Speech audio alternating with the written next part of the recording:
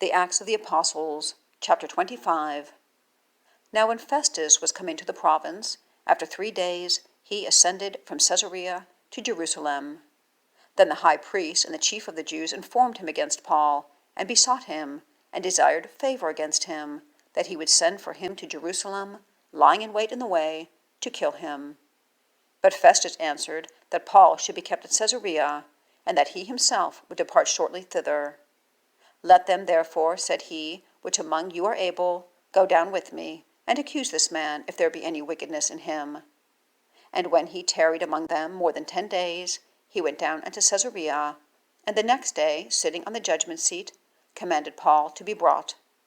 And when he was come, the Jews which came down from Jerusalem stood round about, and laid many and grievous complaints against Paul, which they could not prove, while he answered for himself, Neither against the law of the Jews, neither against the temple, nor yet against Caesar, have I offended anything at all.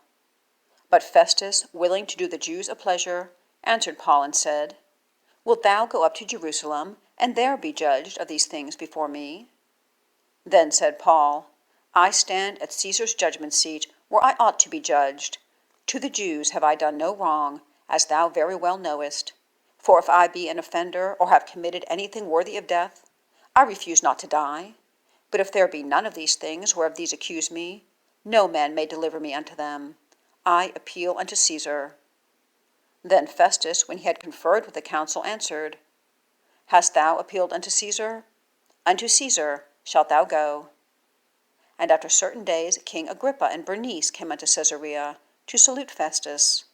And when they had been there many days, Festus declared Paul's cause unto the king, saying, There is a certain man left in bonds by Felix, about whom, when I was at Jerusalem, the chief priests and the elders of the Jews informed me, desiring to have judgment against him.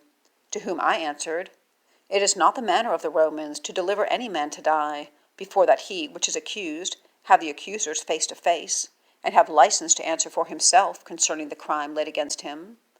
Therefore, when they were come hither, without any delay on the morrow, I sat on the judgment seat, and commanded the man to be brought forth, against whom, when the accusers stood up, they brought none accusation of such things as I supposed, but had certain questions against him of their own superstition, and of one Jesus, which was dead, whom Paul affirmed to be alive. And because I doubted of such manner of questions, I asked him whether he would go to Jerusalem, and there be judged of these matters. But when Paul had appealed to be reserved unto the hearing of Augustus, I commanded him to be kept till I might send him to Caesar. Then Agrippa said unto Festus, I would also hear the man myself. Tomorrow, said he, thou shalt hear him.